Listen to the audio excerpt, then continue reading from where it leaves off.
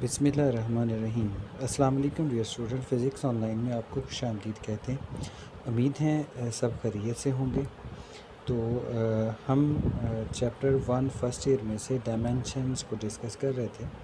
तो last lecture में हमने डायमेंशंस को यूज़ करते हुए किसी भी फार्मूला की करेक्टनेस को चेक करने की बात की थी।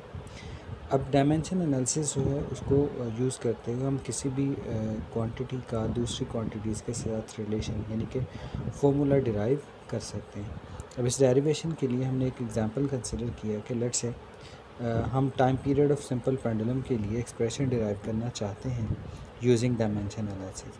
अब टाइम पीरियड जो है वो डिपेंड कर सकता है मल्टीपल फैक्टर्स के ऊपर, जिनमें से लेंथ ऑफ पेंडुलम है, मास ऑफ द बॉब है, एक्सेलरेशन ड्यू टू ग्रेविटी है, एंगल थीटा जो वो थ्रेड बना रहा है किसके साथ, वर्टिकल एक्सिस के साथ। अब वो एंगल कौन सा है, ये एंगल थीटा। जब आप पेंडुलम को उसकी मीन पोजीशन से किसी एक्सट्रीम पोजीशन पे ले जाते हैं तो उस वक़्त जो एंगल बना रहा था वर्टिकल के साथ, दैट इज़ थीटा। अब हमें नहीं पता इस टाइम पीरियड का मास के साथ, लेंथ के साथ, थीटा के साथ, जी के साथ कौन सा रिलेशन है, डायरेक्ट है, इनवर्स है, स्केयर के साथ है, क्यूब के साथ है, स्केयर रूट के साथ है।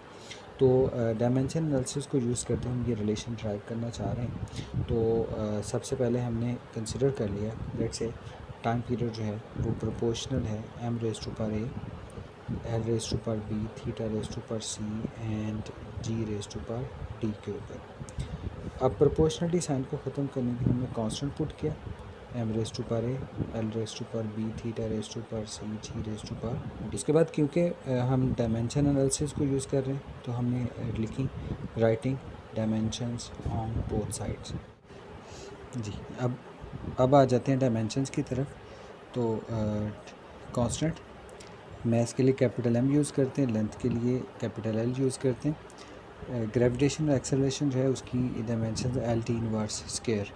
अब आ जाते हैं थीटा की तरफ। तो थीटा क्योंकि L is equal to R theta हमें फार्मूला पड़ा, तो वहाँ से theta is equal to L over R, यानी कि लेंथ और लेंथ की रेशो है। तो रेशो की कोई डायमेंशंस नहीं होती, डायमेंशन लेस होती है, लेकिन फिर भी हमने उसको डायमेंशन लेस तो नहीं लिखा, लेकिन उसकी जो एग्जैक्ट रेशोज़ बनती थी लेंथ और लेंथ इनवर्स, वो हमने यहाँ पे मेंशन कर ली। अब इनमें से जो एक जैसी डायमेंशंस थी, एक जैसी क्वांटिटीज़ को इकट्ठा कर लिया, तो m raise to power a, l raise to power b, c inverse and d। उसके बाद t raise to power minus 2d। अब हम क्या करने जा रहे हैं, हम दोनों साइड्स पे डायमेंशंस को कंपेयर करेंगे। इस साइड पे t है, t रेज़ टू पावर 1, इस साइड पे t की डायमेंशन है minus 2d, t raise to power minus 2d। जब बेस सेम हो तो पार्ट्स भी सेम होती हैं, तो यहाँ से minus 2d is equal to 1, then d is equal to minus 1/2। Now अब हम कंपेयर करते हैं लेंथ को। तो इस साइड पे क्योंकि लेंथ मौजूद नहीं है तो l रेज़ टू पावर 0, और इस साइड पे l raise to power b plus c minus c plus d, c और c कैंसिल आउट हो गए, तो यहाँ से b plus D is equal to 0।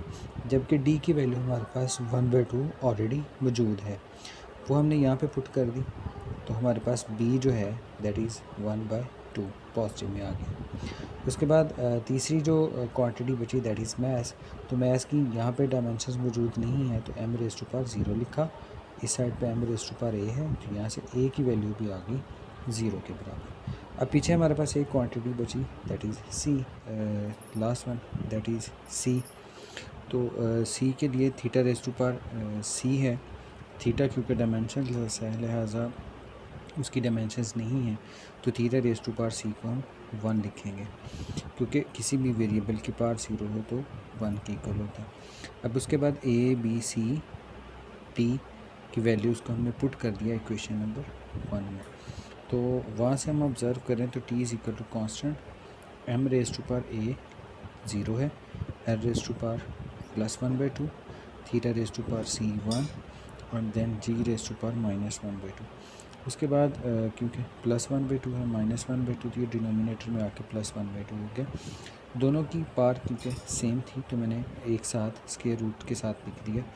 उसके बाद अगर इस फार्मूला को ओरिजिनल फार्मूला से कंपेयर करें तो t कांस्टेंट L/G², लेकिन यहाँ पर जो कांस्टेंट है वो 2 पाई के इक्वल आ रहा है।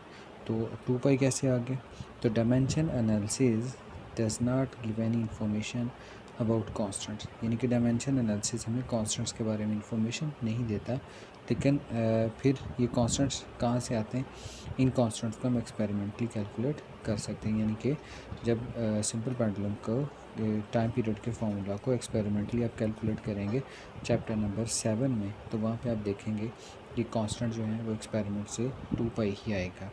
उम्मीद करते हैं कि आपको कोई भी फार्मूला ड्राइव करने के लिए जो डायमेंशन एनालिसिस हेल्प आउट करता है उसकी समझ आ गई होगी। तो लाइक भी कीजिएगा, सब्सक्राइब भी कीजिएगा और अपने फ्रेंड्स के साथ शेयर भी कीजिएगा। अल्लाह हाफिज़।